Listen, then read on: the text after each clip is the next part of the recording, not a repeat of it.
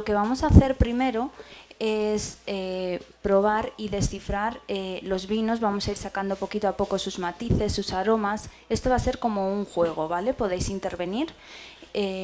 Posteriormente lo vamos a probar junto con una tapa y veremos si se potencia, si se complementa, si está equilibrado. Si no, veréis como una cosa con la otra van a dar vida, van a ser un buen complemento y van a potenciar diferentes aspectos que una primera vez no hemos apreciado. Maridar significa combinar tanto la bebida como la comida, de manera que podamos llegar a un punto en el que ambos se sumen. Siempre se busca potenciar. Hay diferentes maneras de potenciar. Puede ser o por una armonía o por un contraste. Si es armonía, es que los mismos aromas unos con otros hacen match y de esa manera los potencian, y la otra es por contraste.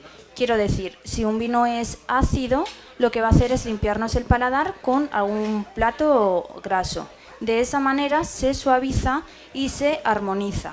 Cuando probamos un vino y una tapa que complementan bien, notamos esa sensación de armonía. Esto es un poco complejo de entender si yo lo explico, pero cuando lo notéis en boca vais a ver precisamente lo que yo os estoy diciendo ahora, ¿vale? La armonía es algo que se va a notar. Vamos a ir primero con el de barrica del 2021. Este vino ha pasado por barrica y luego ha reposado en botella, donde ha redondeado sus matices. La cata de ambos vinos van a seguir el mismo proceso. Primero una fase visual, luego una fase olfativa y por último la gustativa.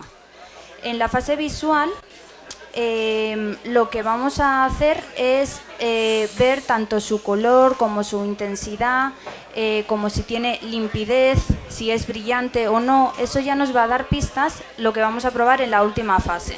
Cuando tengamos el vino en la copa, según como lo miremos, vamos a apreciar también la edad que tiene. Vais a ver diferentes destellos que nos pueden dar pistas sobre si es un vino más joven o es un vino con un poquito de crianza. En esta primera fase, en la visual, también vamos a poder detectar si el vino tiene algún fallo. La cata sensorial se va a dividir en 3 fases. La primera va a ser la visual, la siguiente la olfativa y la tercera ya la gustativa. En la primera fase, en la visual, aunque parezca que no, nos va a dar mucha información sobre el vino. Tenemos que mirar si es un vino brillante, si no, el color que tiene, la intensidad de ese color, si es un vino con limpidez, ¿vale? Todo ello son pistas que nos va a ir dando el vino. Luego pasaremos a la fase olfativa. En la fase olfativa, aunque parezca que no, es donde más vamos a desgranar el vino. Es la fase que más pistas nos da y es el sentido que menos desarrollado tenemos. Por eso le vamos a poner ahí especial interés en intentar sacar esos aromas. Sacaremos aromas primarios propios de la uva, aromas secundarios propios de la fermentación y aromas terciarios en el caso de que haya algún tipo de crianza. Y luego, por último, pues llegaremos a la fase gustativa, probaremos el vino y veremos cómo se comporta en boca. Veremos si todo lo que hemos percibido anteriormente es cierto o no, o nos hace cambiar de opinión. Ahí se van a analizar pues el ataque en boca, la acidez, si tiene cuerpo, el volumen, todas esas cosillas. La textura se va a analizar luego en último lugar. Vamos a ir con la fase visual. Vamos a inclinar un pelín la copa.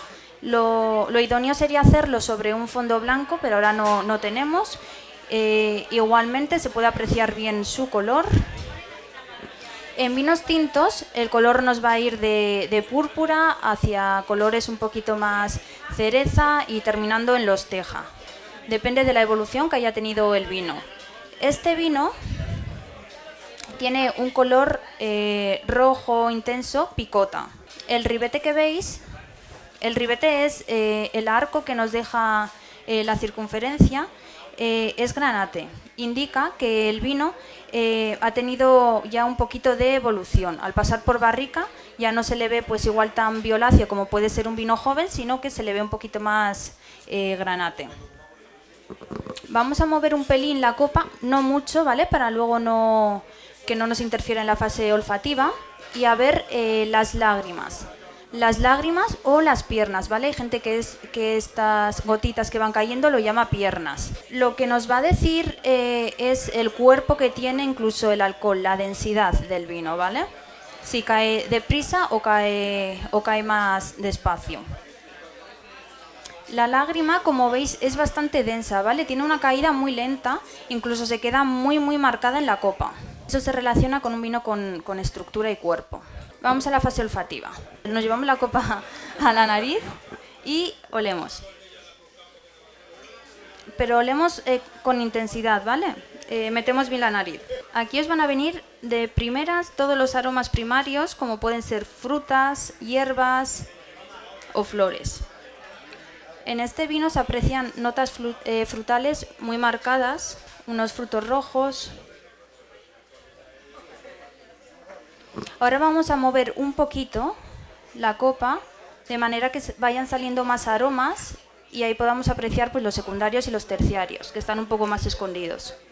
A los sabores anteriores, o sea, a los olores anteriores de mora, ciruela, ahora se le suman algunos procedentes de la fermentación. Si lo apreciamos un poquitín más, vamos a sacar ya los propios de la barrica, como un aroma un poquito a vainilla, cacao.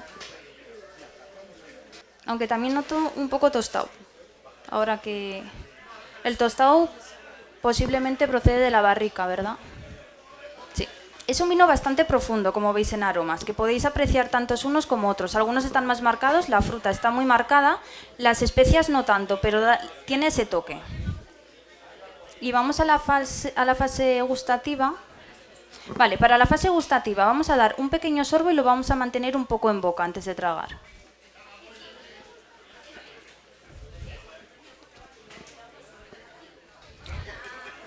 Si es el primer sorbo que dais durante la mañana, vamos a tomar otro.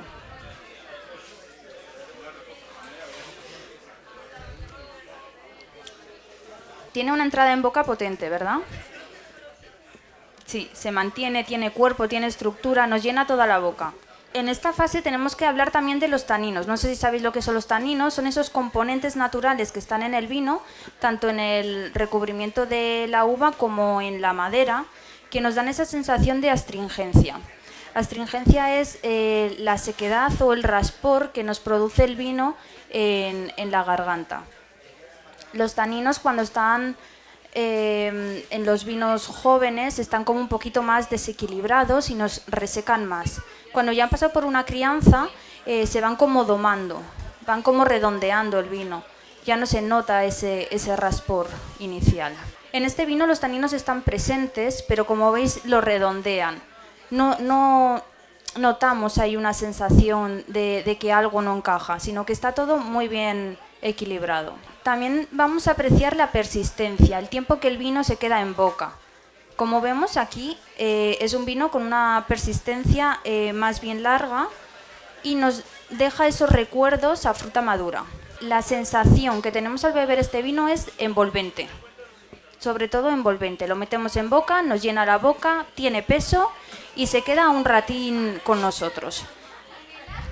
Vale, lo que vamos a hacer ahora, que ya hemos probado el vino, que ya lo conocemos, es maridarlo con la tapa que nos han preparado de migas del pastor con setas.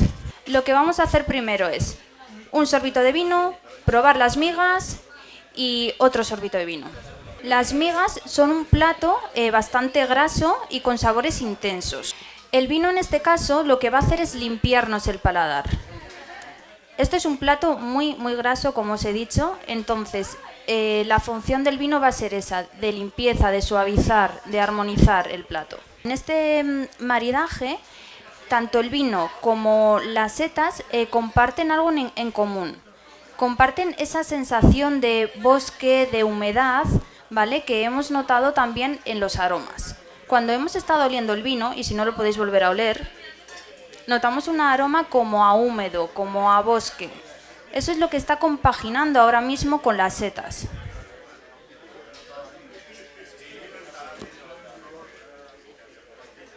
Las notas de barrica que hemos notado van a compaginar muy bien con el tostado de las migas. En este maridaje, concretamente, vino y tapa se han intensificado, ¿vale? Han compartido esos aromas tostados y han hecho que sea algo que se sumen ambos, ¿vale? Está potenciando el vino y está potenciando la tapa. Al mismo tiempo, el vino nos está limpiando la grasa que nos deja el plato en el paladar.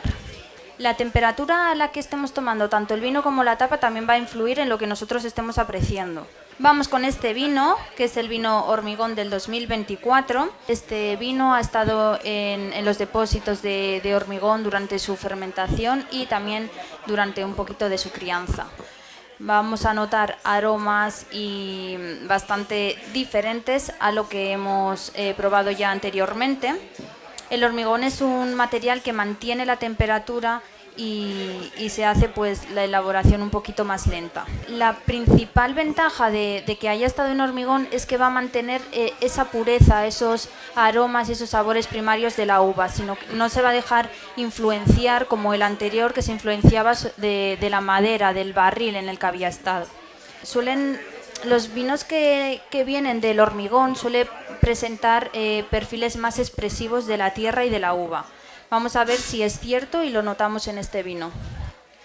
Como ya hemos visto antes cómo se hacía la cata, vamos a hacer exactamente lo mismo con este vino. Primero la fase visual, luego olfativa y luego gustativa. Vamos a mirar el vino con la copa ligeramente inclinada. Vamos a observar el ribete, vamos a observar el brillo. Toda la información que podamos extraer ahora mismo va a ser importante después. El color, vemos un rojo cereza, es brillante y el ribete no es granate como el anterior, como veis es un poco violáceo. Quiere decir que es un vino un poquito más joven en el que todavía no le ha dado tiempo a que se oxide, sino que tiene mucha viveza. Es un vino joven. Vamos a observar también la capa. La capa es la intensidad, el cuerpo que tiene el vino. Para ello, una vez inclinada, vamos a mover el dedo hacia arriba y hacia abajo. Si casi no lo vemos, tiene una densidad alta y si se puede ver, pues es una densidad baja. Este vino estaría en una densidad media. ¿Se forman lágrimas en este vino? Sí, también se forman lágrimas. Pero veis que tiene una caída bastante rápida, no como el anterior, que va un poquito más despacio. Al ser fluida nos indica que va a ser un vino pues con esa frescura propia de los jóvenes. Vamos a olerlo. Esta es la fase que a mí más me gusta porque es donde más podemos profundizar. Vale. Huele diferente al anterior, eso ya lo vamos notando. Vamos a moverle un poquito más. Si veis que no notáis todos los aromas, la movemos. Este vino es muy frutal. Como veis, pues huele a eso, a frambuesa, a fruta roja. Pero como veis, aquí no hay aromas ni tostados como en el anterior, ni a madera. Se nota que el hormigón lo que ha hecho ha sido potenciar esa frescura y no dejar que se desvirtualice en el proceso de fermentación. Es importante que prestemos atención en esta fase a oler bien porque es lo que va a marcar luego a lo que nos vaya a saber. Este primer paso de olerlo nos va a dar muchísimas pistas. Vamos a probarlo. Entrada fresca y jugosa, ¿verdad? La frescura nos hace querer beber más, ¿vale? Tiene una acidez bastante equilibrada y nos pide. Como veis, el tanino es fino, ¿vale? No es nada agresivo, no desequilibra el vino. Refuerza esa sensación de suavidad. La persistencia en boca no es tan larga como la anterior. se va un poquito más rápido, lo que nos hace pues seguir bebiendo. La acidez lo que está haciendo es dirigirnos, ¿vale? No está descompensando el vino, sino lo que está haciendo es dirigirnos hacia un mismo sitio, que es la frescura. Pues vamos a maridarlo. En este caso pues tenemos la tapa de garbanzos. Bebemos un poquito de vino, cogemos unos pocos garbanzos y volvemos a beber el vino. Cuando comemos algo, lo que tenemos que fijarnos es, sobre todo, en la intensidad de los sabores. Si es suave, si es potente. Tenemos que fijarnos en las texturas, si es sedoso, si es crujiente. Lo que nos aporta esta tapa es untuosidad, cremosidad. Las setas que llevan están añadiendo esos aromas también a tierra. Entonces, junto con el vino, lo que hace es potenciarlo. Como resultado nos está dando, pues eso, un equilibrio entre lo que son el plato de garbanzos con el vino.